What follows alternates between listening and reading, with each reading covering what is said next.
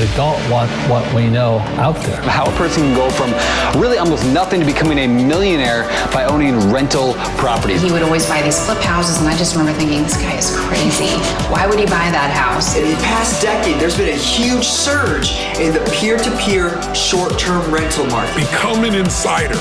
So you have to know the rules before you get the game. Every second counts. So make every second count. Welcome to the Real Estate Jam. Whether you're just beginning or the best of the best, we're glad you're here. We will share successes, failures, and strategies for the action-taking real estate investor. And now to your hosts, JD and Melissa.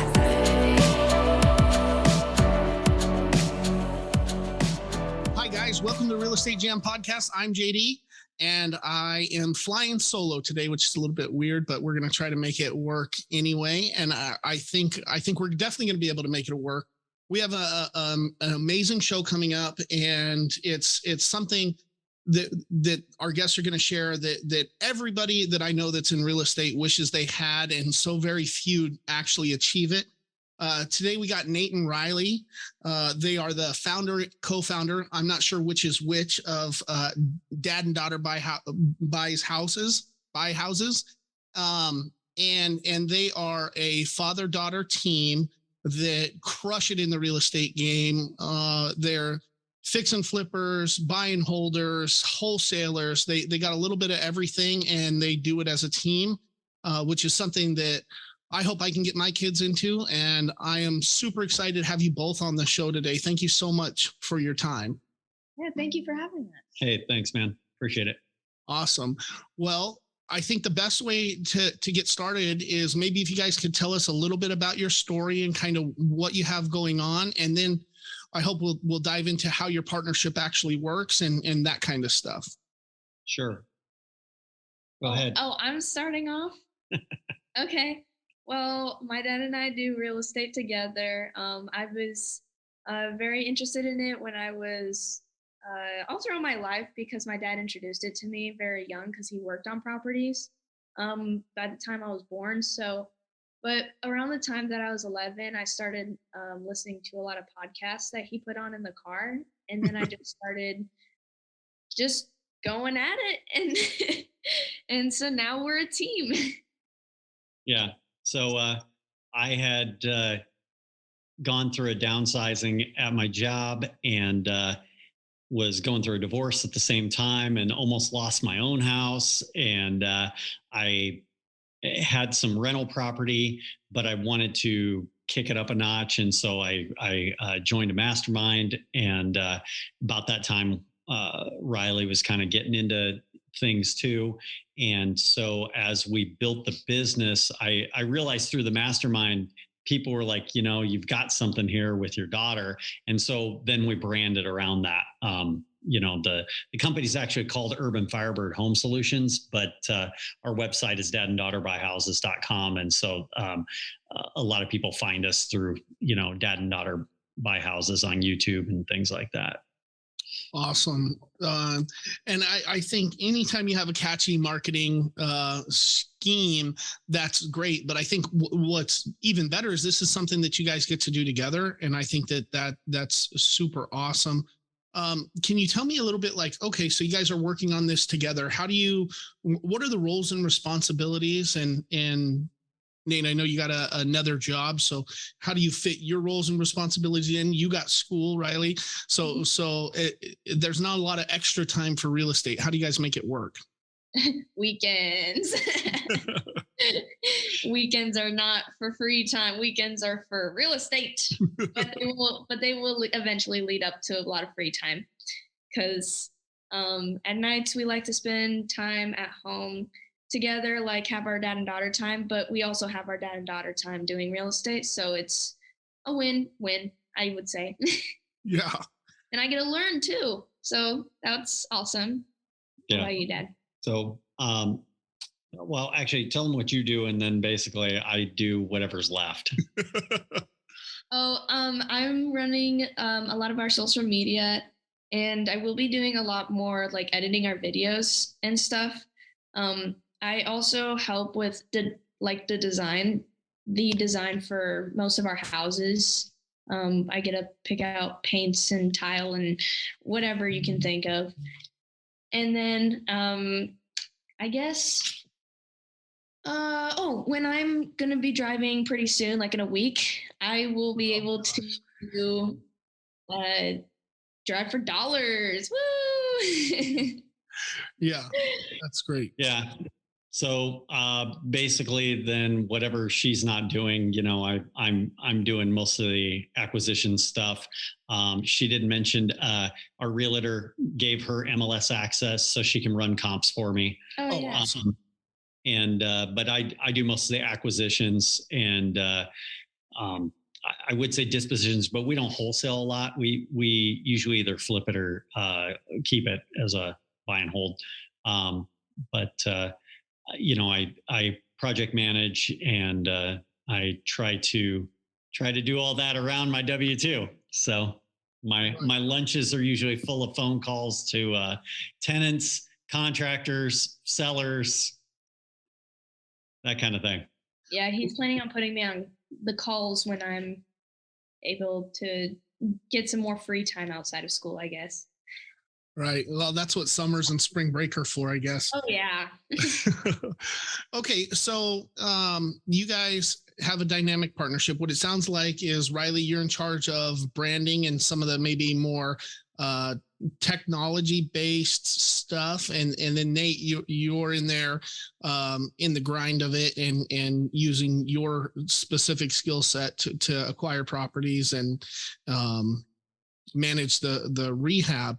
I'm wondering if we can talk maybe a little bit about how you're able to, well, one, I'm interested in your systems and processes, but how you're able to project manage with Ryleigh picking out and helping with the design stuff, how you're able to project manage during work. Do you have a easy scope of work that you fill out before every project? What's it look like start to finish? I wouldn't say it's easy, but typically we go through and I'll do it all pen and paper, try and figure out what we want to do to the house. And we get very detailed as far as prep, like we go room by room and, it's prep walls for paint. Even if they're not doing anything but painting, I still want to put in there prep walls for paint because I want to make sure that all the little marks and scuffs and everything are taken care of. So I basically lay it out pretty idiot proof. And then I take a video of everything so that we can hand that over to potential GCs. And then sometimes I will also take pictures of something, like if I'm saying, hey, remove this wall or put a wall here or whatever, there'll be pictures of it because I'm trying to not have any, well, you didn't tell me that later on. Right. And so then I try to bring Ryan there on the front end so we can talk about, if we want to move, like a lot of times we're moving kitchens around to try and get rid of functional obsolescence or figure out a way to add in a dishwasher. That's a typical one or whatever. We're doing one right now where we got rid of a Jack and Jill bathroom. So we had to go in and we're like, okay, where's everything going to lay out? How do we, measure stuff out and try to get as many of her ideas as possible and then put it together. So the scope of work is put together for the GC and then I give that to them and then they know every little thing that we need. And if there's something I'm doing separate of them, like I've got my own subs I want to do, then I've got that laid out in there so that they know, hey, you don't have to find the guy that's going to refinish the floors because I've already got that. Here's who it is. Here's his contact. Gotcha. Yeah, that makes sense and keeps everything organized. I think with us, the thing that I learned is I used to do everything on the yellow notepad, and then I lose the notepad, and there's the whole scope of work is gone. So I start out with the written version, then I put it onto a digital version, and that helps me keep more organized with same thing with our stuff. Okay, so Ryleigh, are you involved in like documenting the process on this? You mentioned your YouTube channel before. You're not targeting sellers with your YouTube channel, right? You're sharing your story and kind of documenting it as you go? I would say it's a little bit of both, right? Yeah, because we will talk about this is our initial walkthrough. If you want to see the end of it, go ahead and see it. But then at the end, we could be like, we always kind of mention, oh, but if you want to sell us your house, then, just give us your info at all of our socials. So, yeah.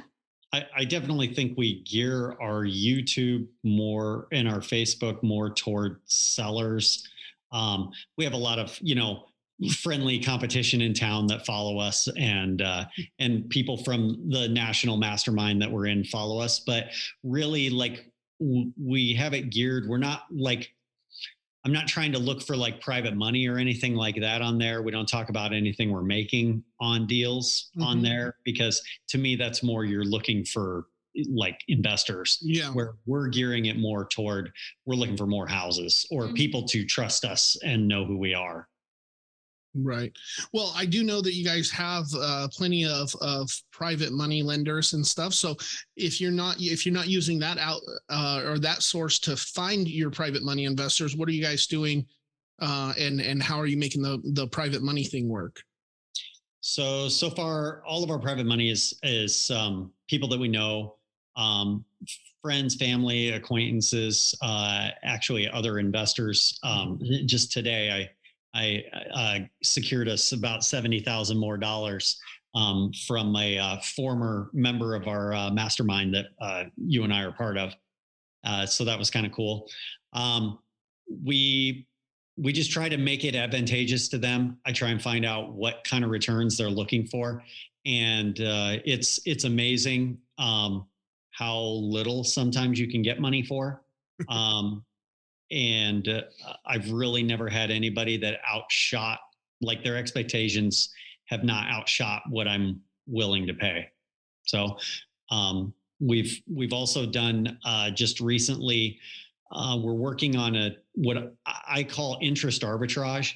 And basically how that works is somebody who doesn't have a lot of money sitting around, or they don't have a self-directed IRA that they can send money your way. If they've got equity in their house, basically they get a HELOC on their house. And if they're paying 5%, basically I'll pay them, say, 2% on top of that 5% just to use their equity. So it's funds that they had available. They weren't really using it for anything. So I found a way that they can profit off of that. Yeah, that's a really, really awesome strategy. And most of the time people are okay with it because it was just sitting in their house anyway. They're still making their appreciation, or, well, I don't know, depending on how you think the market's going, maybe they're making appreciation on the house. It's almost like the infinite banking kind of thing, right? Where you still have your money in your house, but you're making money on it over here. I think that's a really, really awesome strategy. How do you broach that subject? It's been easy. So the people I'm doing with so far are family, because I wanted to test it out. But now that I'm doing it with people, broaching it to other people is a lot easier, because I've got proof of concept. Right. So, because I've got people that are approaching me, hey, I'd like to loan you money, but how much do you need? I've only got, $5,000 or whatever they've got available. And if it's less than what I can really use for something, because what I'm really looking for is at least enough to do a rehab on a house. So if it's less than that, I broach it as, well, hey, how much equity do you have in your house? I've got another strategy that might work for you. And it definitely works better for people that itemize. So if they don't itemize, it's a little trickier, but if they itemize, they can write off their investment interest and then claim the income that I'm giving them. Right. That's awesome. Okay. So Ryleigh, you mentioned a little bit earlier about how you kind of got your feet wet with it by being forced to listen to podcasts.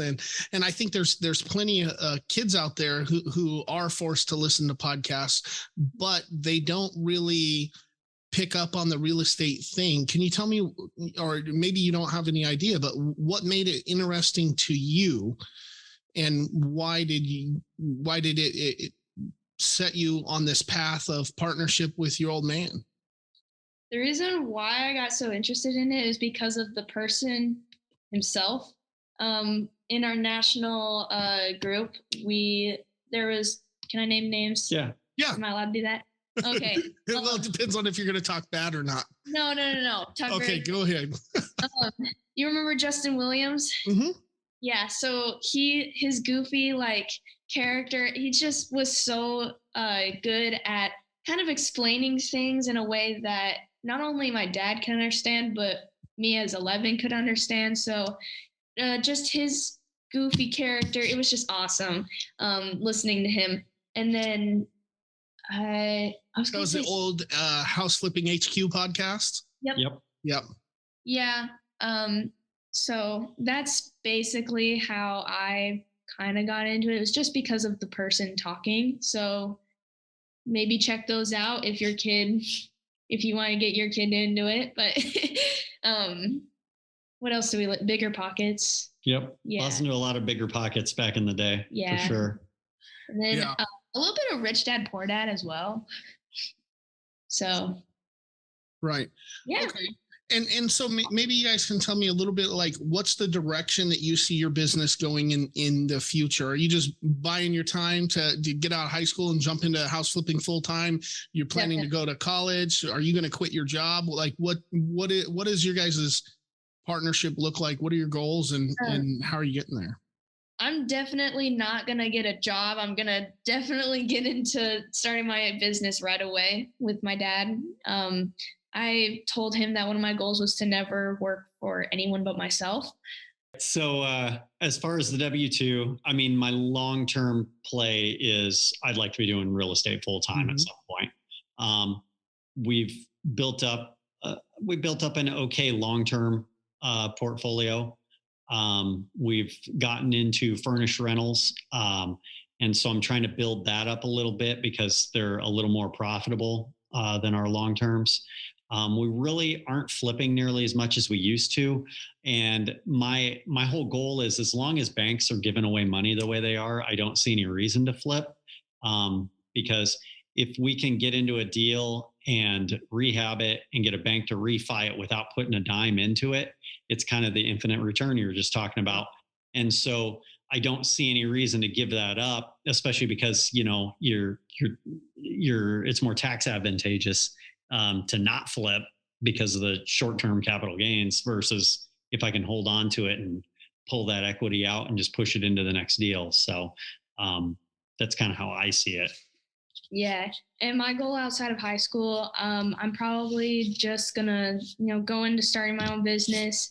And I've seen my dad and what he's gone through with his W-2 and how much time that he doesn't have.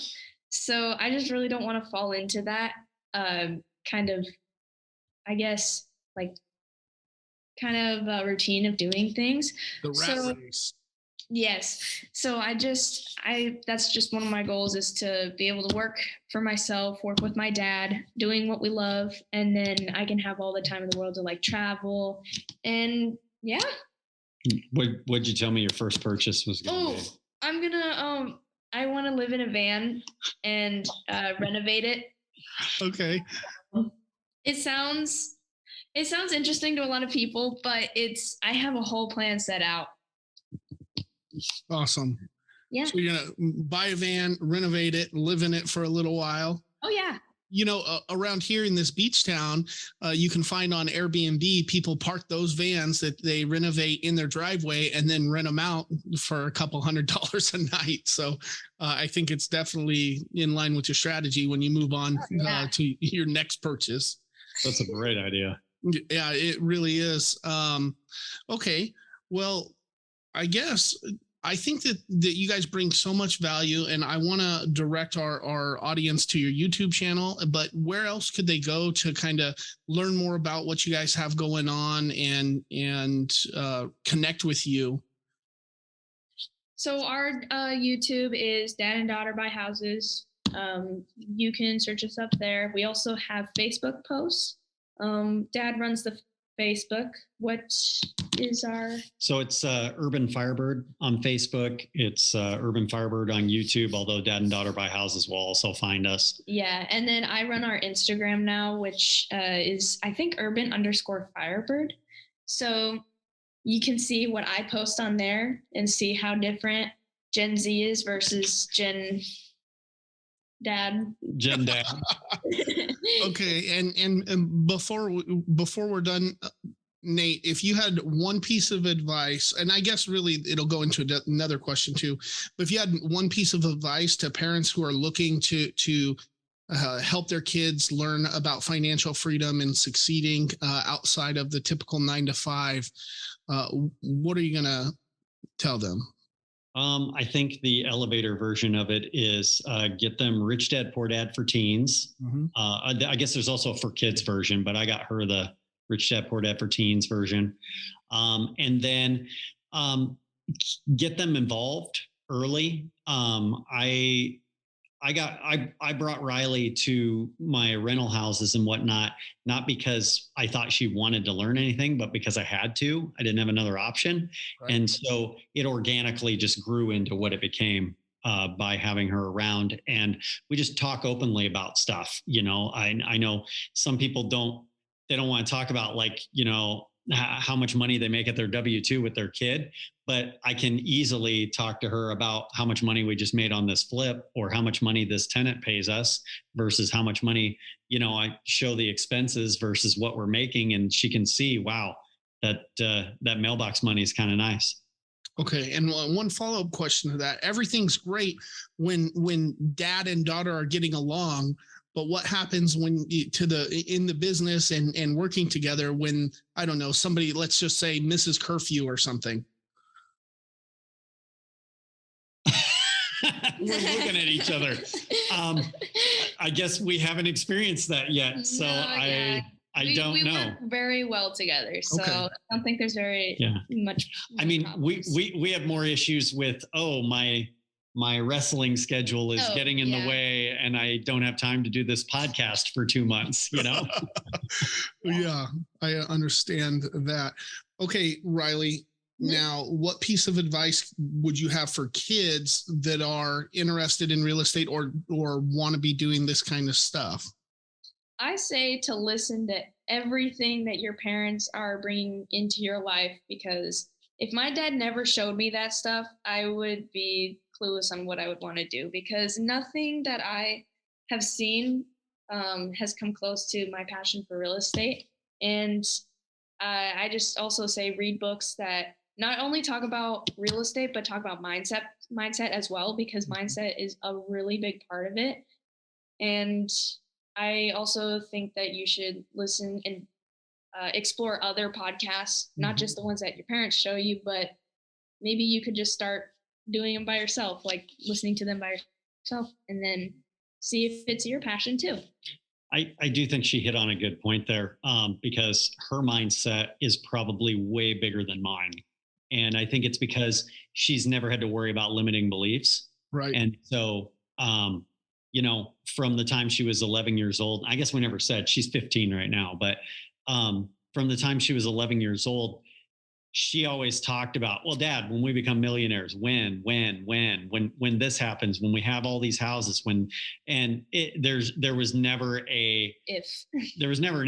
It was always when. And so, like, I feel like she's almost been like an accountability partner for me for the last, 4 years, whatever, because I have to look at it as when, not if, Sure. So it's kind of pushed me forward when I've had those moments, because it's not always easy, and yes. And she sees that as well, but she kind of has pushed me forward. I learned from mistakes from other people too. That's another good advice that I could give, is just learn from not only your parents' mistakes, but everyone else's. Yeah, there's definitely enough of them out there. Yeah. Okay. Nate, what you've done and the stuff that you and Ryleigh have created is truly an inspiration, and I am really proud to know you guys, and I really appreciate you guys coming on the show today. Thank you for having us. Appreciate it. Awesome. Thank you for listening to the Real Estate Jam. We hope you enjoyed today's episode. For more information, check out our website, therealestatejam.com, or find us on Instagram, Facebook, and Twitter at The Real Estate Jam. If you have any questions, feel free to drop us an email at therealestatejam@gmail.com. See you next episode.